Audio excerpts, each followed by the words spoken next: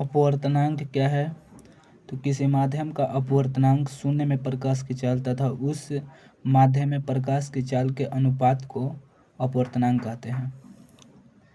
किसी माध्यम का अपवर्तनांक शून्य में प्रकाश की चाल तथा उस माध्यम में प्रकाश की चाल के अनुपात को अपवर्तनांक कहा जाता है। इसे एन या यू के द्वारा सूचित करते हैं।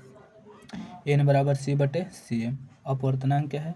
तो किसी माध्यम का अपवर्तनांक शून्य में प्रकाश की चाल तथा उस माध्यम में प्रकाश की चाल के अनुपात को अपवर्तनांक कहते हैं। अपवर्तन के नियम। अपवर्तन के दो नियम हैं, अपवर्तित किरण, आपतित किरण और आपतन बिंदु पर खींचा गया लंब तीनों एक ही तल में होता है। दूसरा नियम, आपतन कोण की ज्या और अपवर्तन कोण की ज्या का अनुपात एक नियतांक होता है जिसे स्नेल के नियम कहते हैं। अपवर्तन के नियम दो है। पहला नियम में आपतित किरण, अपवर्तित किरण और आपतन बिंदु पर खींचा गया अभिलंब तीनों एक ही तल में होता है।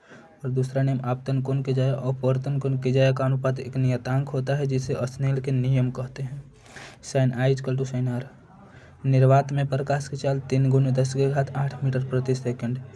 निर्वात का अपवर्तनांक 1 होता है। जल का अपवर्तनांक 1.33 और चाल होता है 2.25 × 10⁸ मीटर प्रति सेकंड। कांच का अपवर्तनांक 1.5।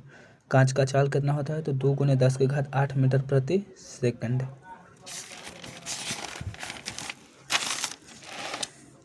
हीरा का अपवर्तनांक 2.42 होता है।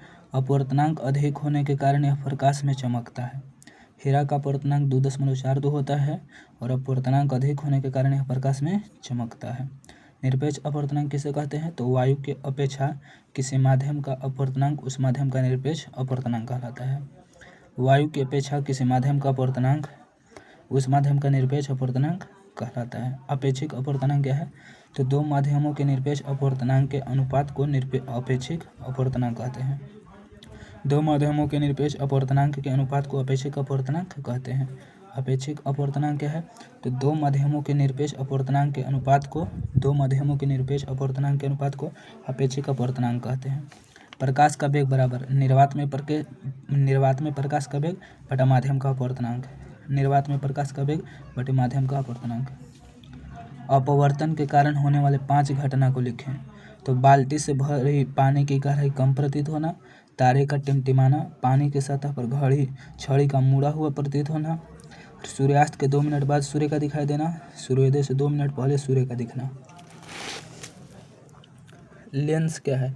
तो लेंस वह पारदर्शक पदार्थ का टुकड़ा है जो दो निश्चित ज्यामितीय सतहों से घिरा होता है।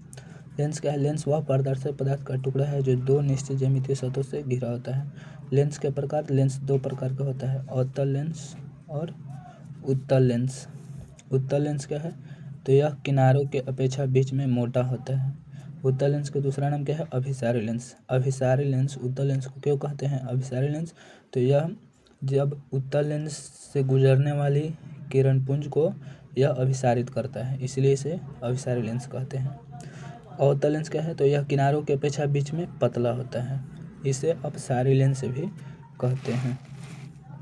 लेंस में दो मुख्य फोकस होते हैं। लेंस में मुख्य फोकस की संख्या 2 होती है।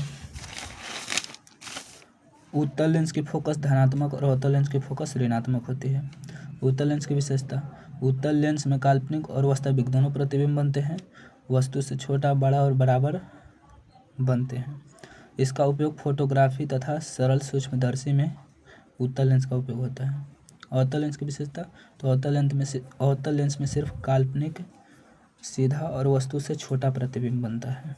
लेंस का सूत्र 1/f = 1/v - 1/u। ये वस्तु दूरी, भी प्रतिबिंब दूरी, वे फोकस दूरी को बताता है। लेंस के आवर्धन सूत्र +v/u। आवर्धन क्या है? तो प्रतिबिंब की ऊंचाई तथा वस्तु की ऊंचाई के अनुपात को आवर्धन कहते हैं। इसे m से सूचित करते हैं। m का मान अगर धनात्मक है तो प्रतिबिंब काल्पनिक और m का मान ऋणात्मक है तो प्रतिबिंब वास्तविक और उल्टा बनता है। लेंस की क्षमता क्या है? तो किसी लेंस की क्षमता उसके फोकस दूरी के बीच क्रम से मापी जाती है, उसे लेंस की क्षमता कहते हैं। P = 1/f। लेंस की क्षमता को P से सूचित करते हैं और फोकस दूरी को एफ से। लेंस का एसआई मात्रक क्या है? डायोप्टर। लेंस का एसआई मात्रक डायोप्टर। एक डायोप्टर क्या है? तो एक डायोप्टर उस लेंस की क्षमता को कहते हैं जिसकी फोकस दूरी 1 मीटर होती है। एक डायोप्टर उस लेंस की क्षमता को कहते हैं जिसकी फोकस दूरी 1 मीटर होती है। किसी लेंस की क्षमता की फोकस दूरी धनात्मक है तो वह उत्तल लेंस है। यदि किसी लेंस की क्षमता का मान ऋणात्मक है तो वह अवतल लेंस है और उसकी फोकस दूरी भी ऋणात्मक होगा।